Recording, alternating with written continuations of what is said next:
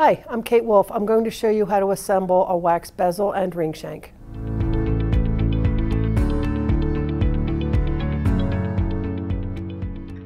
I'm going to use the number 3 knife to clean up the raw edge of the ring. I put my middle finger and thumb on the outside of the ring, my index fingers on top of the ring, and my knife is, I put it flat and then I lift up the front edge just a little bit. As I'm scraping, I slowly raise the handle of the tool, and that helps me get a nice round radius on the inside of the ring. Then I slowly bring the handle down to shape up that edge. For the bezel, I need to get rid of that white debris, so I'm going to get a knife edge felt wheel, a medium or soft, and remove the white lines. Or I could use the tip of my number 1 Scribe to do that.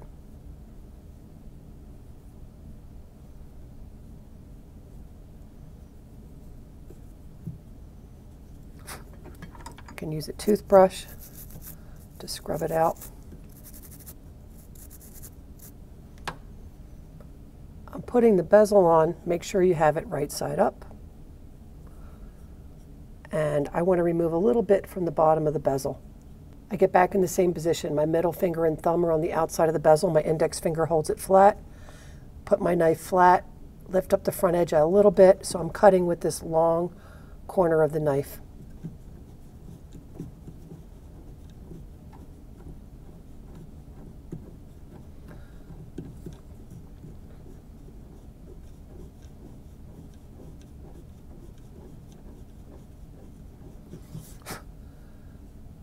I'm going to use the Rio bench mount wax pen. Every tool's a good beginning, especially wax pen tips. So I'm going to get my pliers and bend the tip.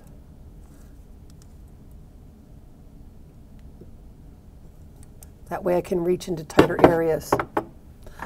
Wax doesn't like to flow off of a long taper. It wants to travel up to where the heat source is. So I'm going to get the corner of my barrette file and file a little tiny groove into the end of the wax pen tip. That's going to keep the wax where I want it, at the tip of the tool. The right temperature for the wax pen is, for hard wax to hard wax, is in between smoke and string. If I have smoke coming off the tip of the wax pen, I'm overheating it. But I want to make sure that I don't have residue of a different temperature wax on there. So I use a piece of coarse steel wool to poke the pen tip into it to clean off the pen tip. Then I test it on a piece of carving wax. If it's still smoking, I need to turn the temperature down. If the wax is stringy, it's going to whip air bubbles into the wax that can give me porosity in my casting. I'm going to hold the bezel and shank in my fingers so that I can see that the bezel is perpendicular to the sides of the wax. And I'm using a clean wax pen tip. There's no wax on it.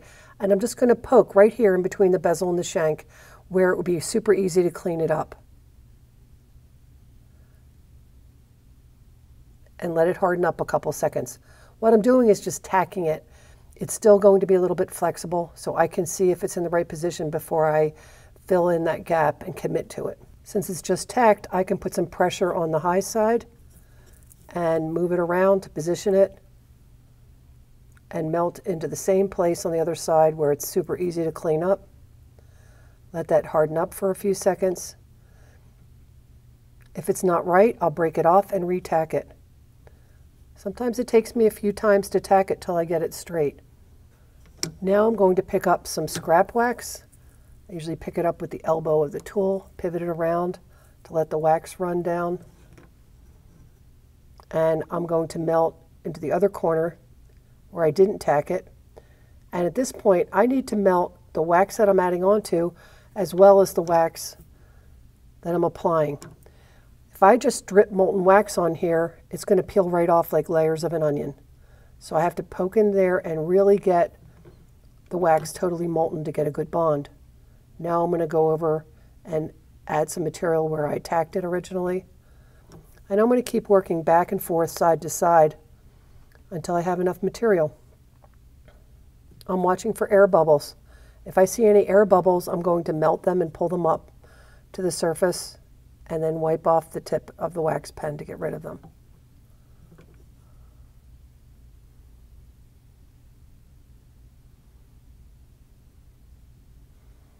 It's very important to do this where it's easy to clean up.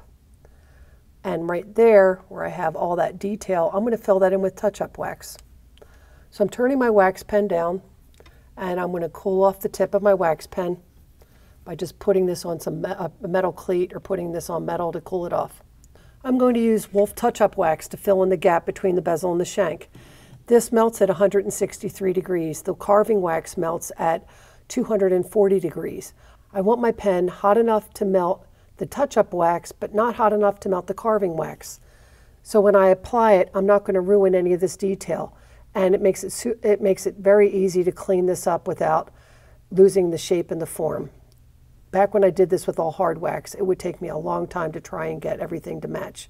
I'm going to feed the wax, the touch-up wax, into the cap between the bezel and the shank on the inside of the ring. I pick it up with the elbow of the tool, pivot it over. I let gravity help, so I'm positioning this so the wax can flow downward. Now I don't want to melt the wax to get a good bond, but I can't just strip it on there because it'll peel off. So I'm dragging the tip of the pen across the surface of the carving wax, and that helps me get a good bond.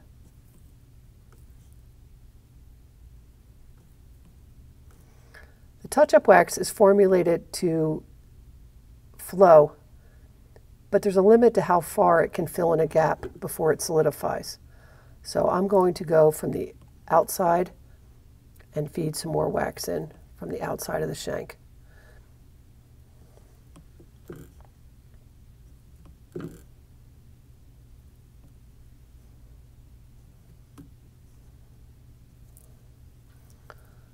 Picking up more with the elbow of the tool,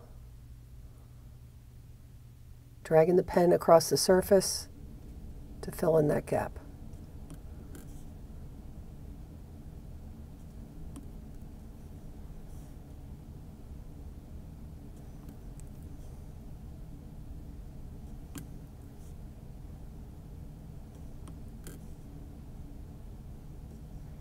It's good to wait 5 minutes after you've assembled the wax to let the crystalline structure get realigned and hardened up. And then you can go in and carve. I pick whatever tools best match my desired radius to clean up the carving wax. So I'm going to get the smaller knife, the number 7, and start scraping the surface.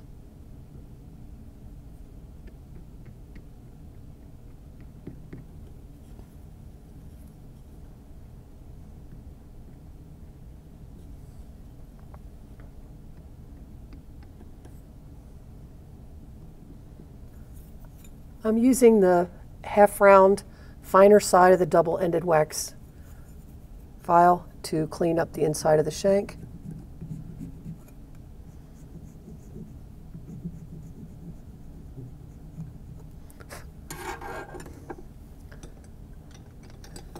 Then I'm using the number 1 Scribe to clean up the touch-up wax. The touch-up wax is softer than the carving wax, so if I use the tip of this, I can get in close to the corner, but the side of the Scribe is burnishing the touch-up wax off the surface of the carving wax without ruining the shape of the carving wax. So it makes it ideal to clean up this shank.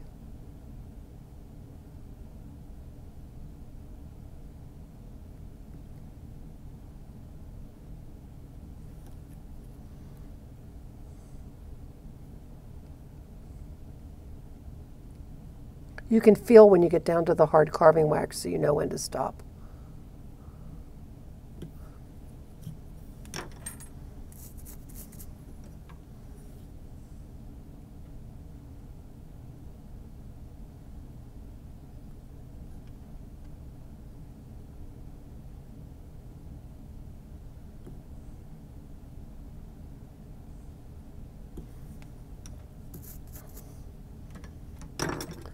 The knife edge felt wheel, medium or soft, is perfect to come in here and clean this up because it will take away the touch-up wax more rapidly than it removes the carving wax.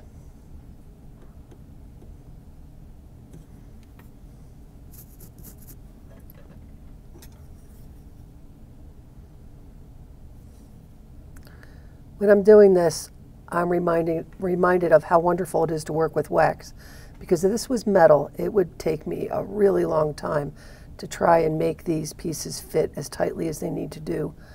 It would take a long time for me to get this bezel and shank to fit as tightly as it needs to be to get a good soldering joint.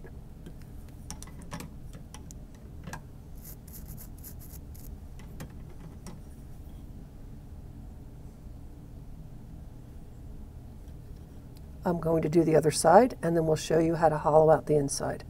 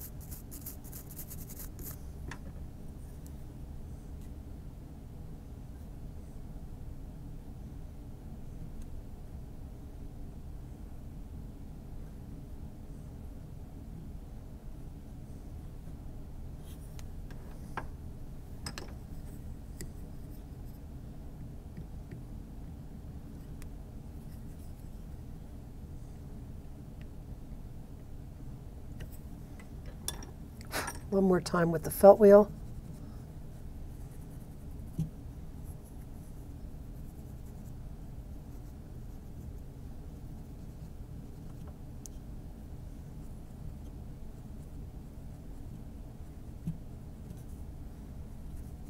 And now I'm ready to hollow out the inside.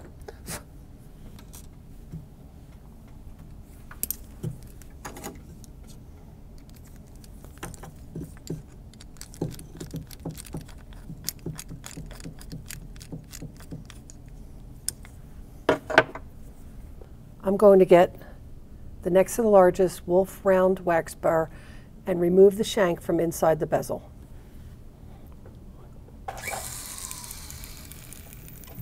Both hands are braced on my bench pin, so I'm in control.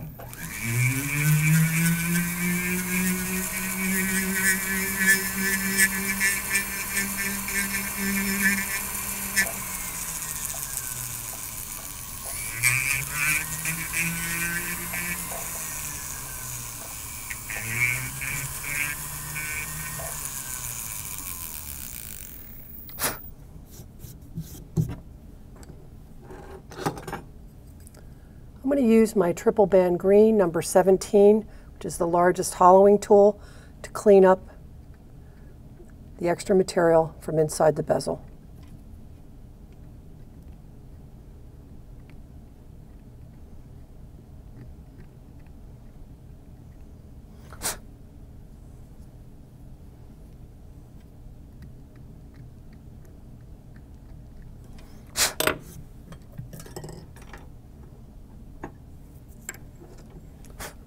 I see a little pit, so I'm going to go back in with my touch-up wax.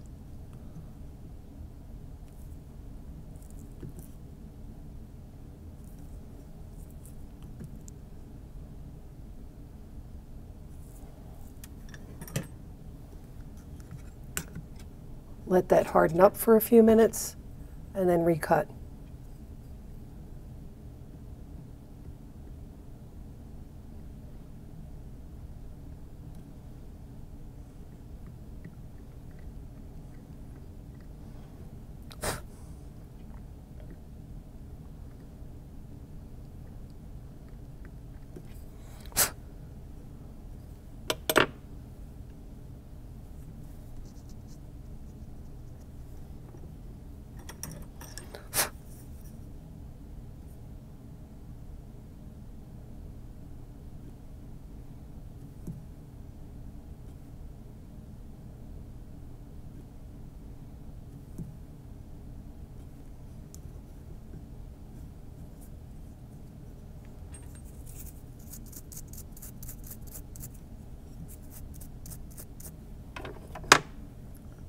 So there you have it. Thanks for watching. If you have any more questions, contact the experts at Rio.